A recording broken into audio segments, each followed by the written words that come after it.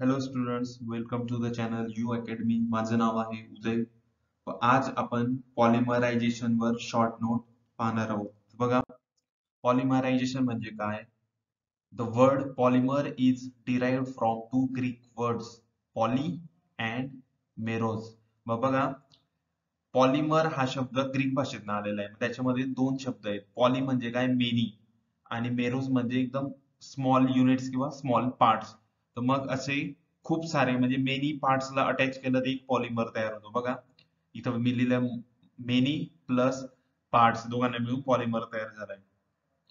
Polymer is a molecular compound having high molecular weight किंवा high molecular mass ranging into thousands and millions of grams and made up of repeating units called monomers. तर बघा, आता तुम्हाला याच्यावर आहे ना एक एमसीक्यू झाला होता की जे पॉलिमर असतात, पॉलिमर यांचं वेट कसं असतं? यांचं वेट काय असतं? खूप हाय असतं, हाय मॉलिक्युलर वेट. ठीक आहे, ranging into thousands and millions of grams मध्ये असतं.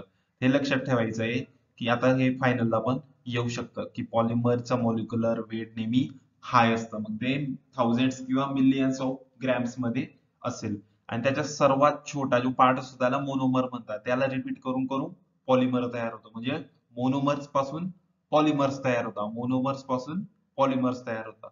आता हे दोन प्रकारचे असतात. नॅचरली ऑकरिंग पॉलिमर्स कुठले असतात? मग याच्यामध्ये प्रोटीन्स येतं, न्यूक्लिक ऍसिड येतात, सेल्युलोज येतात किंवा रबर येतात. हे सगळे पॉलिमर आहेत, पण कसे? Natural occurring. नंतर दुसरं असतं सिंथेटिक, त्याला मॅनमेड म्हणू शकतो. याच्यामध्ये नायलॉन्स हे आपण तयार करतो किंवा पॉलिस्टर्स, त्याला डेक्रॉन असं सुद्धा म्हणतात. आता नेक्स्ट बघा, मोनोमर्स बद्दल दिलंय की सर्वात छोटा पार्ट, जसं कुठलाही सबस्टन्स असेल त्याचा सर्वात छोटा पार्ट ऍटॉम असतो. ते अटॅच झाल्यानंतर मॉलिक्यूल किंवा कंपाऊंड तयार होतो. तसंच पॉलिमर तयार होण्यासाठी सर्वात छोटा युनिट असतो monomers. The individual small repeating molecules from which the polymer is formed are known as monomers. ते सांगितलं की सर्वात छोटा पार्ट असतो मोनोमर, त्यांना अटॅच करून करून पॉलिमर तयार होत असतो. आता बघा, पॉलिमर दिलेला आहे, त्याच्यामध्ये मोनोमर काय असेल आणि त्याचा मॉलिक्युलर फॉर्म्युला काय असतो. तर आता तुम्हाला या ठिकाणी एक गोष्ट लक्षात ठेवायची की याचे फॉर्म्युला सुद्धा लक्षात ठेवायचा आहे. बघा, कारण युनिट टेस्टला विचारलं गेलं होतं की पॉलिव्हिनिल त्याच्यावाला मोनोमर काय असेल. मग आता बघा, पॉलिमर मध्ये आज सर्वात आधी हे बघून घेऊ आपण की पॉलिइथिलीन दिलाय. बघा, पॉलिइथिलीन. तर मग पॉलिइथिलीनचा मोनोमर काय असतो? इथिन असतो, इथिन. ठीक आहे, त्याला इथिलीन सुद्धा म्हणतात. याच्यामध्ये सिंपल स्ट्रक्चर असतं की CH2 असतो, डबल बॉन्ड आणि CH2. याच्या व्यतिरिक्त दुसरं काही दिसणार नाही. CH2 double bond CH2. ठीक आहे. आता बघा, हे आहे पॉलिव्हिनाइल क्लोराइड दिलेलं आहे. तर हा प्रश्न तुम्हाला युनिट टेस्ट मध्ये आलेला होता की PVC, मायामध्ये जो सी दिसतोय ना शेवटचा, क्लोराइड नाव आहे याचं. त्याच्या स्ट्रक्चर मध्ये एक क्लोरीन प्रेझेंट असतो. ठीक आहे, व्हिनाइल क्लोराइड आहे, याचा मोनोमर काय आहे? व्हिनाइल क्लोराइड आहे, आणि हे सगळे अटॅच झाल्यावर PVC तयार होतो. इथं बघा, CH2 डबल बॉन्ड CH आणि Cl दिलेला आहे. म्हणजे स्ट्रक्चर मध्ये एक Cl दिसला तर याचा अर्थ तो काय असतो? PVC. मग C म्हणजे काय असतो? क्लोरीन. ठीक आहे, व्हिनाइल क्लोराइड. आणि या ठिकाणी पण एक ट्रिक आहे बघा, टेफ्लॉन. टेफ्लॉन म्हणजे काय? टेट्रा फ्लोरो इथिलीन. आता टेट्रा म्हणजे 4 फ्लोरीन असतील याच्यामध्ये. ठीक आहे, या ठिकाणी हे चुकलेलं आहे बघा, Cl लिहिलंय इथं, F नाही लिहिलेलं आहे. मग इथं काय असणार आहे? CF, आणि इथं लिहून देतो मी CF आणि 2. म्हणजे इकडे सुद्धा 2 फ्लोरीन असतील आणि इकडे सुद्धा 2 फ्लोरीन असतील. मग आता F म्हणजेच काय असेल इथं? हा F म्हणजेच फ्लोरीन असतो. हा F म्हणजेच फ्लोरीन. म्हणजे टेफ्लॉन मध्ये F आला तर F म्हणजे याच्यामध्ये फ्लोरीन प्रेझेंट असतात. अशी याची ट्रिक आहे, तुम्ही लक्षात ठेवायची. आता याच्यानंतर दिलंय बघा, क्लासिफिकेशन ऑफ पॉलिमर्स. मग याचे 3 टाइप्स दिलेले आहेत. एक असतो लिनियर, दुसरा ब्रँच आणि तिसरा 3 डायमेन्शनल. मग लिनियर म्हणजे एक स्ट्रेट लाईन असते बघा, हे स्ट्रक्चर दिलेलं आहे एकदम स्ट्रेट लाईन, याला काय म्हणणार? लिनियर म्हणतात. याच्यामध्ये माहिती दिली बघा, having long straight chain which is joined by monomeric unit. ही लॉंग चेन आहे. मग याच्यामध्ये फंक्शन दिलेले आहेत बघा, हाय डेन्सिटी असते, हाय मेल्टिंग पॉइंट असतो आणि हाय टेन्सिल स्ट्रेंथ असतं. हे सगळं कशामुळे असतं? All these function due to close packing of monomers, म्हणजे याची जे पॅकिंग असते, दोन मोनोमर असतात ते एकदम क्लोजली पॅक्ड झालेले असतात, त्याच्यामुळे हे फंक्शन दिसतात. आता ब्रँच मध्ये काय असेल मग, एक लॉंग चेन असते अशी आणि त्याला वेगवेगळ्या ब्रांचेस जॉईन झालेल्या असतात. It is linear in nature but possess some branches along with main chain. ठीक आहे, हे लिनियरच आहे पण याला ब्रँच लावलेले असतात. बघा ही मेन मेन चेन आहे आणि त्याला इथं ब्रँचेस लावलेले आहेत. मग याच्यावाले फंक्शन याच्या ऑपोजिट असतात. बघा लिनियरच्या ऑपोजिट ब्रँचेस मध्ये low density, low melting point, low tensile strength. ठीक आहे. त्याच्यानंतर लिनियर मध्ये एक्झाम्पल होते नायलॉन्स, पॉलिस्टर, एचडीपीई. तर ब्रँच मध्ये काय आहे, एलडीपीई आणि ग्लायकोजन, हे दोनच आहेत. आता थ्री डायमेन्शनल मध्ये बघा, याचं स्ट्रक्चर कसं 3D असतं, म्हणजे लेंथ, ब्रेथ आणि हाईट आपल्याला दिसू शकते. In this type monomers are connected by covalent bonds having strong cross link. तर तुम्हाला याच्यावर एमसीक्यू विचारू शकता की थ्री डायमेन्शनल जे पॉलिमर आहे त्याच्यामध्ये कुठल्या प्रकारची बॉन्डिंग असते, मग त्याच्यामध्ये कोव्हॅलेंट बॉन्ड असतं आणि हॅव्हिंग स्ट्रॉंग क्रॉस लिंक, म्हणजे इथे बघा हे क्रॉस दिलेले आहेत ना, हे क्रॉस लिंकिंग ही काय असते, स्ट्रॉंग असते. मग हा काय असतो, मग त्याच्यामुळेच हार्ड असतो, रिजिड असतो, ब्रिटल असतो, do not melt but burn on strong heating. मग याच्यावर एक्झाम्पल दिलेले आहेत बेकेलाइट, मेलामाइन आणि मेलामाइन फॉर्मल्डिहाइड, सॉरी. तर बघा याचं स्ट्रक्चर दिलं आहे थ्री डायमेन्शनल दिसतं. इथं बघा लिनियर, इथं ब्रँच आणि इथं काय थ्री डायमेन्शनल स्ट्रक्चर.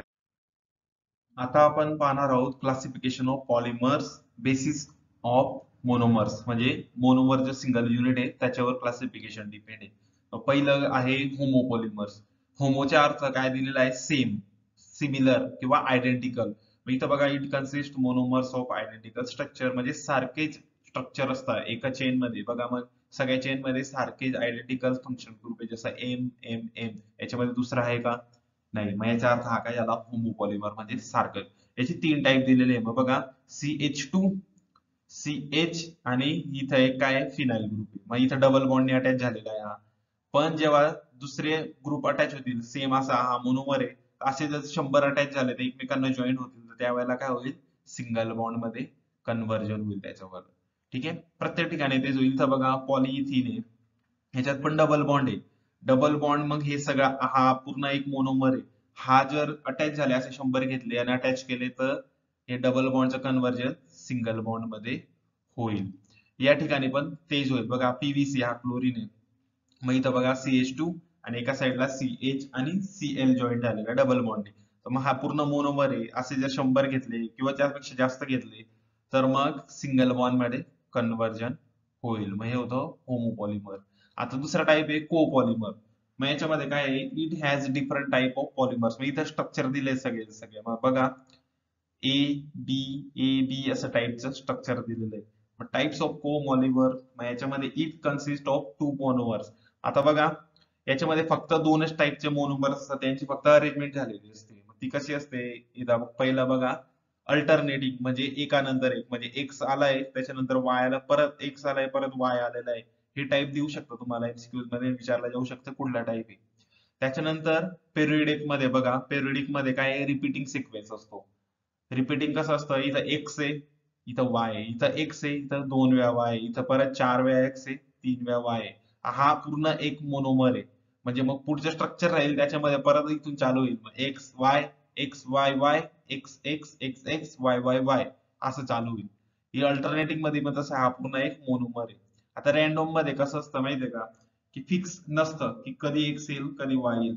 मग इथं समजा हा एक मोनोमर दाखवलेला आहे की इथं एक्स आहे आणि 3 वाय आहेत, परत एक्स वाय आणि 2 एक्स आहे. हा सगळा मिळून एक मोनोमर आहे. मग असे जर आपण मिलियन्स थाउजंड्स घेतले ना, तर त्यांच्यामध्ये असं स्ट्रक्चर राहणार सेम. मग इकडे पुढे गेलं तर मग इथून परत असं चालू होईल, x Y Y Y x Y असं चालू होईल. आता स्टॅटिस्टिकल याच्यामध्ये रूल असतो. मग हा रूल म्हणजे इथं दिलाय बघा, A double B A B A A B triple A. हाच फॉर्म्युला पुढेही असेल. हा सिंगल मोनोमर आहे, पण असं स्ट्रक्चर घेतले आपण थाउजंड मिलियन्स, त्याच्यामध्ये सेम असंच राहणार आहे की इथूनच चालू होणार आहे ए आणि शेवटी पण ए राहणार आहे. मध्ये जे फंक्शन आहे ते सगळे तसेच राहणार आहे. हे 4 टाईप बघितले. आता याच्यानंतरचा 5वा टाईप आहे ब्लॉक. याचे नाव आहे ब्लॉक टाईप. याच्यामध्ये बघा आधी सगळे एक्स आहेत आणि त्याच्यानंतर वाय आलेले आहेत. ठीक आहे, बघा आधी सगळे एक्स आहे त्याच्यानंतर सगळे वाय आलेले. हा एक मोनोमर आहे. तर असंच घेतला आपण, पुढे अटॅच केला, आता परत एक्स एक्स एक्स एक्स आणि त्याच्या पुढे Y Y Y Y join होत जातील. आता ग्राफ्ट मध्ये हे सगळं वेगळं आहे बघा. सगळे एक मदर चेन आहे आणि त्याच्या खाली वेगळी ब्रांच लावलेली त्यांनी, म्हणजे हे सगळे ए आहेत आणि मध्येच एक ठिकाणी बी ची सिरीज आहे, त्याच्यानंतर इकडे पण बी ची सिरीज आहे. हे सगळे सिंगल मोनोमर्स आहेत. मग आपण जेव्हा विचार करू ना की असेच परत 100 घ्यायचे आणि ते एकमेकांना अटॅच करायचे, असं त्याला पॉलिमरायझेशन आपण म्हणू. आता बघा पॉलिमरायझेशन दिलंय, the process by which large number of same or different type of small molecules, त्यांना मोनोमर्स म्हटलंय, under specific condition of temperature, pressure and catalyst are linked together to give polymer is called polymerization. म्हणजे तेच की छोटे छोटे parts असतात, सर्वात छोटे युनिट्स असतात, त्यांना मोनोमर्स म्हणतात. ते जर आपण अटॅच केले 1000 ऑफ टाइम्स किंवा मिलियन्स ऑफ टाइम्स, तर त्याच्यापासून जो कंपाऊंड तयार होतो त्याला म्हणतात पॉलिमर. ठीक आहे, या प्रोसेसला म्हणतात पॉलिमरायझेशन. मग there are 3 ways of doing polymerisation process. मग तुम्हाला विचारलं की त्याचे किती टाइप्स आहेत, की पॉलिमरायझेशन किती टाइप्सने होऊ शकतं, ते फक्त 3 टाइप्सने होऊ शकतं. एक तर पहिलं असतं बाय ओपनिंग डबल बॉन्ड. आता आपण पाहिलं की डबल बॉन्ड कन्वर्ट करतो सिंगल बॉन्ड मध्ये. त्याच्यानंतर जर रिंग असेल ते रिंग ओपनिंग करून. आणि थर्ड जर दिलेलं आहे by using molecules having 2 functional group, म्हणजे एका कंपाऊंड मध्ये 2 फंक्शनल ग्रुप असू शकतात. ठीक आहे, त्या 3 वेजने आपण पॉलिमरायझेशन घडवून आणू शकतो. याच्यानंतर दिलंय बघा टाइप्स ऑफ पॉलिमरायझेशन. मग त्याच्यामध्ये 2च टाइप आहे, एक ऍडिशन आणि दुसरा कंडेन्सेशन. मग ऍडिशन मध्ये काय दिलेलं आहे, in this type 2 or more monomers of the same type are linked together without eliminating any molecule, म्हणजे simple molecule like H2O, HCl आणि NH3 and forming long chain polymer having high weight.